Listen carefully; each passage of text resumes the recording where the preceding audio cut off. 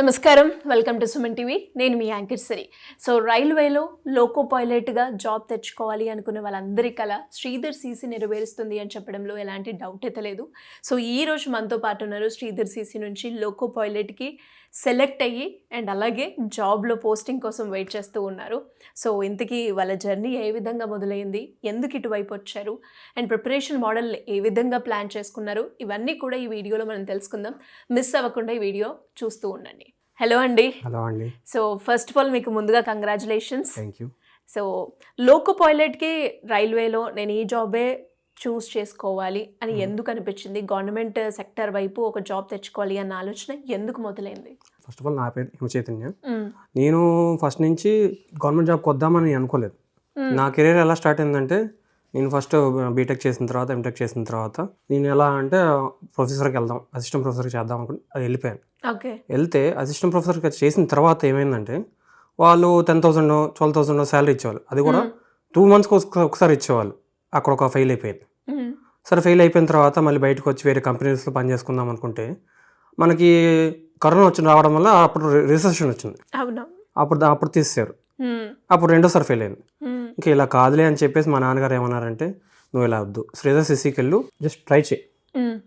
Parental push, support, friends support అన్నీ ఉండగా ఇంకా శ్రీధర్ సీసీలో జాయిన్ అయిపోయాను. అరౌండ్ 2023 జూలైలో జాయిన్ అయ్యాను. జాయిన్ అయిన తర్వాత మనకి ఫస్ట్ శ్రీధర్ వాళ్ళు ఏం చేస్తారంటే, రైల్వేది వాళ్ళు స్టార్ట్ చేశారు. ఇదివరకు అసలు లేదు, ఓన్లీ బ్యాంకింగ్ మీదే చేసేవాళ్ళు. ఇప్పుడు కొత్తగా రైల్వే వాళ్ళది స్టార్ట్ చేశారు. నేను జాయిన్ అయ్యాను. ఒక ఏఎల్పి అని కాదు, అన్నికి ప్రిపేర్ అవుతా వచ్చాను. ఆ ప్రాసెసర్లో నాకు ఏఎల్పి అనేది ఫస్ట్ CBT 1 క్లియర్ చేశాను. తర్వాత CBT 2కి అరౌండ్ 100+ టెస్ట్సే పెట్టారు. 100+ టెస్ట్ పెట్టగా నేను ప్రతిదీ ఏది వదిలిపెట్టకుండా మొత్తం కంప్లీట్ రాశాను. రాయడం వల్ల ఏంటంటే నాకు CBT 2 కూడా క్లియర్ చేశాను. తర్వాత సైకోమెట్రీ పెట్టారు. సైకోమెట్రీ నాకు తెలిసి దగ్గర 1500+ టెస్ట్లే పెట్టారు. దాంట్లో ప్రతి ఎగ్జామ్ కి మీకు ఆల్మోస్ట్ ఒక 1000+ ఎగ్జామ్స్ నేను రాశాను, ఏది వదిలిపెట్టుకున్నా. ఒక ఏఎల్పి అని కాదు, నేను రాసిన వాటిలో ఇంకా చూసుకుంటే ఒక 5000 టెస్టుల దాకా పెట్టుంటారు. నేను అందుట్లో వాళ్ళని పెట్టగా నేను అంటే రెగ్యులర్ గా జరుగుతాయి శ్రీధర్ సీసీలో. రెగ్యులర్ జరుగుతాయి, డే టు డే జరుగుతాయి. ఏ కోర్స్ లో అయినా కూడా ఈ టెస్ట్లు అయితే కామన్ గా జరుగుతూనే ఉంటాయి. నేను ఒక ఏఎల్పి అని కాకుండా, ఏఎల్పి కాదు, NTPC టెక్నీషియన్ అన్ని ఎగ్జామ్స్ ఎప్పుడు ఖాళీ ఉంటే ఏ షెడ్యూల్ చూసి దాన్ని బట్టి చూసుకొని అన్నిటికీ ఒకటే సిలబస్, ఇబ్బంది ఏమి ఉండదు కాదు. అంటే మీరు ఈ కోర్స్ లో జాయిన్ అయ్యారు, నేను ఈ కోర్స్ కి సంబంధించి ఎగ్జామ్ రాయొచ్చా, అలాంటి ఏమైనా ఉంటుందా శ్రీధర్ సీసీ? ఉంటుంది. అంటే ఏదైనా మనం రాసుకోవచ్చు. ఇప్పుడు అంతేందుకు మొన్న హైకోర్టుకి కూడా పెట్టారు. మామూలుగా NACL అని చాలా వరకు పెడుతూనే ఉన్నారు. మనకి ఏ కోర్స్ అయినా సిలబస్ సేమ్ అయితే మాత్రం ఎన్ని ఎగ్జామ్స్ అయినా రాసుకోవచ్చు. వాటిలో అయితే ఇబ్బంది రిస్ట్రిక్షన్స్ ఏం లేవు, యాజ్ లాంగ్ యాజ్ మనకి ఇంట్రెస్ట్ ఉంటే. అంటే ఎలా సపోర్ట్ చేస్తుందండి శ్రీధర్ సీసీ ఒక స్టూడెంట్ కి? అంటే ఏ కోర్స్ లో జాయిన్ అయిన వాళ్ళైనా, అండ్ ఇప్పుడు మీరు బ్యాంకింగ్ లో జాయిన్ అయ్యారు, దాని తర్వాత ALP లో రాశారు, ఎలాంటి సపోర్ట్ ఇస్తుంది శ్రీధర్ సీసీ ఒక స్టూడెంట్ కి? కావాల్సిన కంప్లీట్ సపోర్ట్ ఇస్తుందండి. ఫస్ట్ అంటే ఎగ్జామ్స్ పెట్టిన తర్వాత పెట్టిన నెక్స్ట్ రోజుకి ఎక్స్ప్లెనేషన్స్ ఉంటాయి, కంప్లీట్ ఎక్స్ప్లెనేషన్స్ ఉంటాయి. ఆ ఎక్స్ప్లెనేషన్ వినేసి మళ్ళీ మనకేం డౌట్లు ఉంటే మళ్ళీ ఫ్యాకల్టీ దగ్గరికి వెళ్తే అవి కూడా చెప్తారు, ఇబ్బంది ఏమి ఉండదు. అవి మళ్ళీ చూసుకొని మళ్ళీ దాని తగ్గట్టు మనం ప్రిపేర్ చేసుకొని మళ్ళీ ఇంకేమైనా డౌట్లు ఉంటే మళ్ళీ వెళ్ళి అడిగినా చెప్తారు, ఇబ్బంది ఏం లేదు. దానివల్ల మనకి ఏంటంటే మనకి డే టు డే నాలెడ్జ్ పెరుగుతుంది, కానీ మనకు తగ్గడం ఏం జరగదు. అండ్ అలాగే ఎస్పెషల్లీ లోకో పైలట్ లో మనకి 2 ఎగ్జామ్స్ ఏవైతే ఉన్నాయో అవి కామన్ గా ఉంటాయి. ఎస్పెషల్లీ సైకోమెట్రిక్ టెస్ట్ ఏదైతే ఉందో CBT 2లో వచ్చేసి ఏంటంటే మళ్ళీ మనకి ట్రేడ్ అని చెప్పేసి ఉంటుంది. ఆ ట్రేడ్ సార్ కూడా పర్టికులర్గా పిలిపించి చెప్పించారు. దాంట్లో మనకి మెయిన్ పార్ట్ ఏంటంటే ఇంజనీరింగ్ డ్రాయింగ్ అని చెప్పేసి ఇంకోటి ఉంది సబ్జెక్ట్. అది పార్ట్ ఏలో ఉంది, పార్ట్ బిలో కూడా ఉంది. దాదాపు మొత్తం చెప్పించారు. దానివల్ల ఏంటంటే బాగా ప్లస్ పాయింట్ అయింది నాకు. అండ్ అలాగే కాంపిటేటివ్ ఎగ్జామ్ కి మెయిన్ గా కావాల్సింది అక్యురసీ అండ్ టైం. ఈ 2 ఎగ్జామ్ లో మీరు ఎలా బ్యాలెన్స్ చేశారు? దానికి శ్రీధర్ సీసీ మిమ్మల్ని ఏ రకంగా ట్రైన్ చేసింది?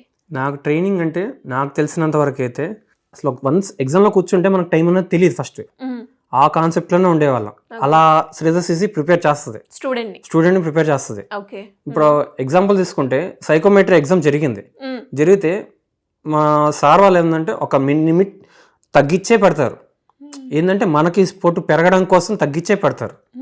దానివల్ల ఏమవుతుందంటే మనకి ఇక్కడికి టెస్ట్ ప్రాక్టీస్కి యాక్చువల్ ఎగ్జామ్కి ఏంటంటే మ్యాచ్ అయ్యి మనం కంగారు పడకుండా ఉంటాం. దానివల్ల ఏంటంటే మనకి మైండ్ షార్ప్గా ఉంటుంది. ఓకే. అండ్ అలాగే ఇక్కడ టీచింగ్ ఫ్యాకల్టీ ఏదైతే ఉందో వాళ్ళు ఎలా ఉంటారు, ఎలా చెప్తారు, మీకు ఏ విధంగా ఉంటుంది వాళ్ళ స్టైల్ ఆఫ్ టీచింగ్? చాలా ఫ్రెండ్లీగా ఉంటుందండి. అడగగానే ఏదైనా సరే జాయస్గా నీట్గా ఏమని అడిగినా చెప్తారు, ఇబ్బంది లేదు. మధ్య మధ్యలో కొంచెం జోకులు వేసినా నీట్గా అంటే ఫ్రెండ్లీగా మనల్ని క్యాచ్ చేయడానికి అటెన్షన్ క్యాచ్ అస్తమానం మనకు అదే పరంగా చెప్తా ఉంటే మనకి మనమైనా వినాలంటే కొంచెం కష్టం, ఇంట్రెస్ట్ రాదు. సో కాకపోతే అంటే చాలా ఫ్రెండ్లీగా ఉంటారు, నీట్గా చెప్పుకుంటా వస్తారు. అండ్ మీ ప్రిపరేషన్ ఏ విధంగా జరిగింది? మార్నింగ్ లేచిన తర్వాత 7 నుంచి ఈవినింగ్ 7 దాకా మనకి 2 ఎగ్జామ్స్ ఉంటాయి, 2 ఎక్స్ప్లెనేషన్స్ ఉంటాయి, నార్మల్ డైలీ క్లాసెస్ ఉంటాయి. క్లాసెస్ అయిపోయిన తర్వాత ఇంకా అదే పనిగా మనం కూర్చొని చదివితే ఇంకా అదే అయిపోతూనే ఉంటుంది. డైలీ ఎన్ని అవర్స్ వరకు మీరు చదివారండి? నేనైతే మాత్రం ఫస్ట్ ఎగ్జామ్ రాసిన ఎగ్జామ్స్ ఎక్స్ప్లెనేషన్స్ అనేది తీసేయంగా నాకు మిగిలేదు 4 to 5 hours. అందుట్లో ఖచ్చితంగా 3 hours కంపల్సరీ దాని మీదే కూర్చొని చదువుతాను. వాళ్ళు ఇచ్చిన పేపర్స్ అయినా రివిజన్ చేయడం అయినా సరే ఏవైనా సరే కంప్లీట్గా చూసుకున్న తర్వాతే మళ్ళీ సేమ్ రిపీట్. ఓకే. అండ్ ఇంకా ఎవరికైనా కూడా ఫ్రెషర్గా శ్రీధర్ సీసీలో జాయిన్ అవ్వాలి అనుకునే వాళ్ళకి మీరు రిఫర్ చేస్తారా? ఆల్రెడీ చేశాను, మా చెల్లెలు కూడా ఇక్కడ జాయిన్ అయ్యారు. Okay, fine. అండ్ దాంతోపాటు ఇంకా ఎవరైనా కూడా అంటే చాలా మందికి ఉండే డౌట్ ఏంటి అంటే ప్రిపరేషన్ నేను స్టార్ట్ చేసినప్పుడు మధ్యలో బ్రేక్ అవుతూ ఉంటుంది. అవును, మీకు అలా ఎప్పుడైనా జరిగిందా? చాలాసార్లు జరిగింది, ఇబ్బంది లేదు. అలా వచ్చిన ప్రతిసారి పర్లేదు యూ కెన్ మూవ్ ఆన్ అని చెప్పి మన వాళ్ళు మోటివేషన్ ఇస్తూనే ఉంటారు. దాంతోపాటు మనము తీసుకోవాలి, అట్ ద సేమ్ టైం మనకి బ్యాక్గ్రౌండ్లో మంచి మోటివేషన్ ఉంటే వెళ్ళిపోతూనే ఉంటారు. అంటే ఎలా ఉందండి మీకు మోటివేషన్ అన్నారు కాబట్టి సపోర్ట్ అనేది చాలా ఇంపార్టెంట్.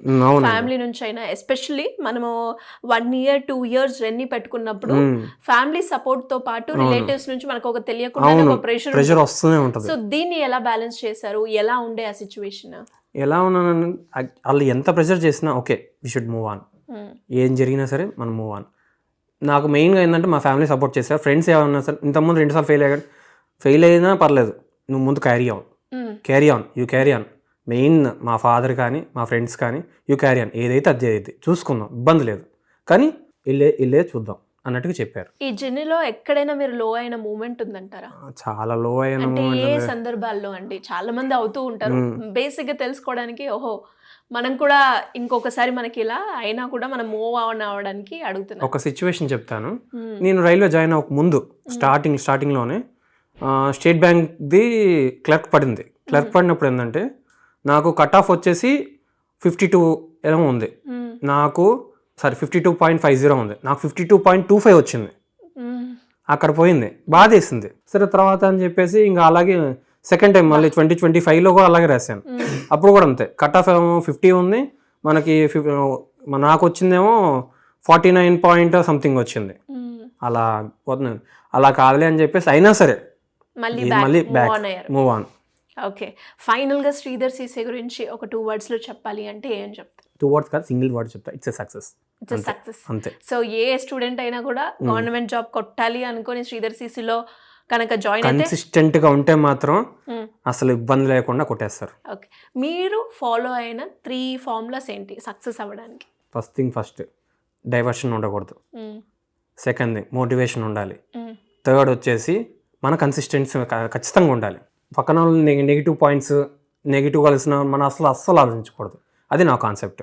మరి రిజల్ట్స్ చూసుకున్న తర్వాత పేరెంట్స్కి చెప్పిన తర్వాత వాళ్ళ ఫీలింగ్ ఏ విధంగా ఉంది, మీకు ఎలా అనిపించింది? నేను యాక్చువల్లీ మా పేరెంట్స్కి చెప్పింది మొన్న చెప్పాను, ఏది ఫైనల్ రిజల్ట్ వచ్చిన తర్వాత అంటే CBT 1 అయిందని చెప్పాను, CBT 2 అని చెప్పాను. బట్ ఆఫర్ లెటర్ వచ్చేదాకా వాళ్ళకి ఎవరికి అందరికీ టెన్షన్గానే ఉంటుంది. ఎందుకంటే నా రూమ్మేట్ నా పక్కన నాతో పాటు చదువుతూ సైకోమెట్రీ క్వాలిఫై అయ్యాడు, కానీ ఫైనల్ మెరిట్లో పోయాడు. ఎంత ఇప్పుడు 64 వచ్చింది అనుకో కట్ ఆఫ్, తనకి 62 వచ్చింది. నాకు కట్ ఆఫ్ 65 ఉంది, నాకు 68 వచ్చింది. దానివల్ల నేను గెటిన్ అయ్యాను. Okay, anyways all the best and thank you so much. Thank you.